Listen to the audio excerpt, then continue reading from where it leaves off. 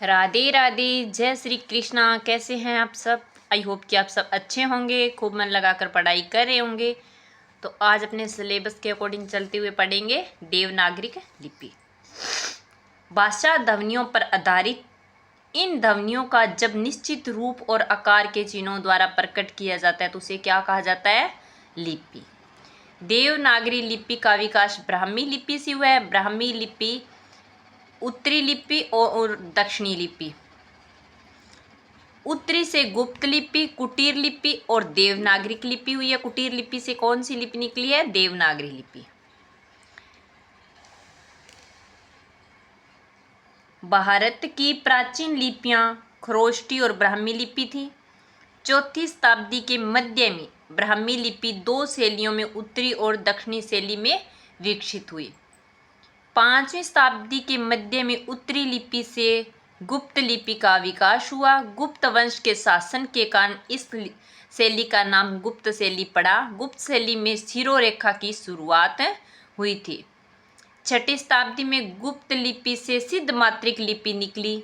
सिद्ध मात्रिका लिपि को ही आड़ी तिरछी मात्राओं के कारण कुटिल लिपि या कुटिला अक्षरा कहा जाता है। इस कुटिल लिपि से आगे चलकर देवना लिपि का विकास हुआ।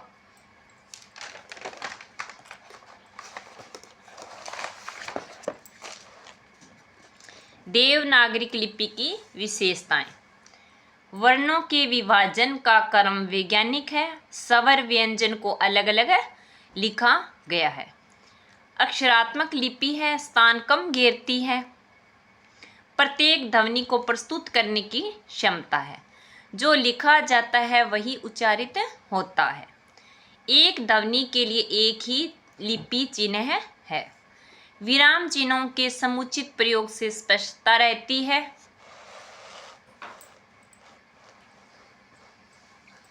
देवनागरिक लिपि में ह्रस्व और दीर्घ ह्रस्व तथा दीर्घ स्वरों के लिए स्वतंत्र चिन्ह होते हैं।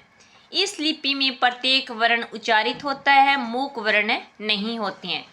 देवनागरिक लिपि के कुछ दोष भी हैं। ख को रव, घ को घ, ब को मैं, स को सत्र आदि वर्णों के पढ़ने में भ्रांति रहती है कि ख को जैसे अपने ऐसे लिख देते हैं तो इसमें ऐसे लिखा जाता है, तो पढ़ने में इसको रव भी पढ़ सकते हैं, पढ़ने में भ्रांति रहती है। इस लिपि में अक्षरों की बनावट जटिल है। द्विलिपि मतलब दो रूप वर्णों का प्रयोग देवनागरी का एक प्रमुख दोष है। जैसे आपने ये देखा है ना, जैसे ई की मात्रा वर्ण से पहले लगती है किंतु उच्चारण इसका बाद में होता है। संयुक्ताक्षरों के वर्णों को पहचानना थोड़ा कठिन होता है। वर्णों की संख्या इसमें क्या है? अधिक है। देवनागरिक लिपि में सुधार और संशोधन। राजा राम मोहन राय ने 1826 में बगदूत पत्र में हिंदी भाषा का प्रयोग प्रारंभ किया। स्वामी दयानंद सरस्वती ने हिंदी को आर्य भाषा कहा। आर्य समाज के 26 नियमों में 5वां नियम कौन सा है? प्रत्येक आर्य समाजी के लिए हिंदी का ज्ञान होना अनिवार्य है, हिंदी पढ़ना अनिवार्य है। इन्होंने सत्यार्थ प्रकाश का प्रकाशन भी कौन सी भाषा में किया?